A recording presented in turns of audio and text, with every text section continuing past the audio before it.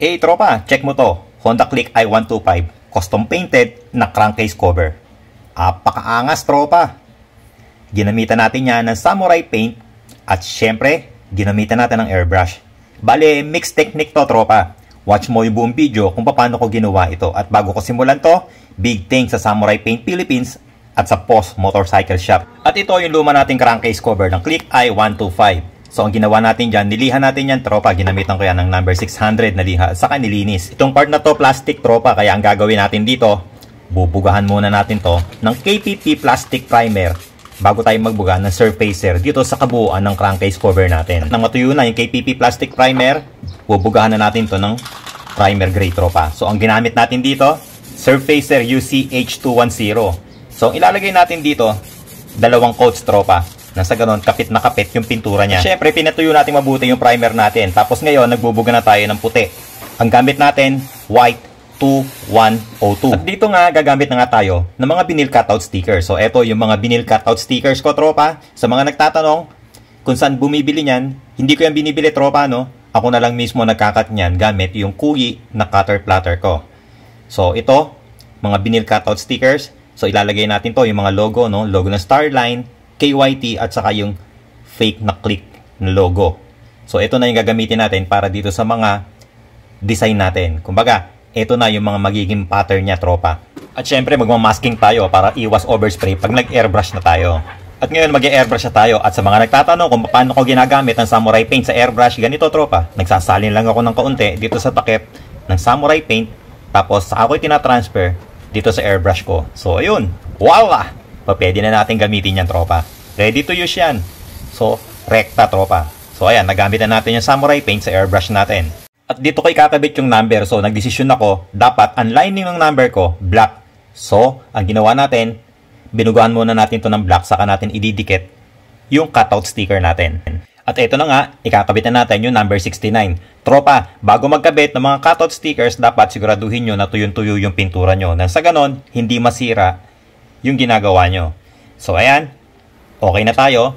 Kinobera na rin natin yan na masking tape na sa ganon, hindi magkaroon ng overspray. Tapos, magbe-base muna tayo ng white dahil two-tone ang ilalagay natin dito sa number 69 natin. Alright. So, ayan. Tapos na yung white natin. And then, bubugahan natin to ng orange. And then, itutu-tone natin to. Lalagyan natin dito sa bandang ibabang part ng kulay red. Na sa ganon, maging two-tone siya. So, ayan, tropa. At ngayon naman, ilalatag na natin yung lining ng pinaka-flame natin. So, ginamitan natin to ng 3mm na masking tape. Ito yung talagang ginagamit natin sa pan-lining. Nang sa ganon, madali siyang naikukurba, tropa. After mabuo ng lining ng mga flame natin, kinobera natin ng masking, tropa. Kaya ngayon, magbubuga naman tayo ng signal red. Ito yung signal red 1523. At syempre, aartihan natin to, tropa. So, eto, nag-airbrush ulit tayo. Nilagyan natin ng black para magkaroon ng kaunting lining o magkaroon ng kaunting dimension yung flame natin. At kaya nga custom painting, tropa, walang limit. Ibig sabihin, kahit na anong design ang ilagay mo dyan, po pwede. Kahit na anong technique na alam mo, pwede. So dito, ginamitan natin to ng laundry net technique. Nilagyan ko ng kaunting arte. Nasa ganun, gumanda yung side na to. So ayan, tapos lagyan din natin ng mga snowflakes design. Nakikita ko kasi dun sa mga nauuso ngayon, ganito yung mga inilalagay. Kaya eto, nakigaya na rin ako. So, vinyl cutout sticker din ang ginamit natin dyan, tropa. At eto na, nagbubuga na tayo ng panibagong kulay. X-blue ang ginagamit natin, tropa. So, bago natin binugahan yan, kinobera natin ng masking tape yung lahat ng kulay red kanina. Tapos, airbrush ulit sa mga gedli ng mga logo. Tapos, konting arte ulit, lagyan naman natin ng snowflakes na kulay puti. Alright. At syempre, after natin makompleto yung mga design na inilagay natin, pwede na natin tanggalin isa-isa itong mga masking tape na inilagay natin. So, eto na yung pinaka-exciting na part. Yung makikita mo ng unti-unti, yung design na inilagay mo. At syempre, nakakakaba din. Dahil baka minsan, sumama sa masking tape yung pinturang inilagay mo. Hindi naman maiiwasan yun. Minsan, nagkakaroon ng ganon. Pero ganon pa man, pag nagkaroon ng konting damage, kaya namang i-repair yan, tropa. At bawal din ang mainipin dito, tropa. So, ngayon, tapos na tayo. Maglalagay na tayo ng top coat clear. So, ginamitan natin to K1K clear. Pwede kang gumamit ng clear 1128, K1K clear, or yung 2K01 na top coat clear.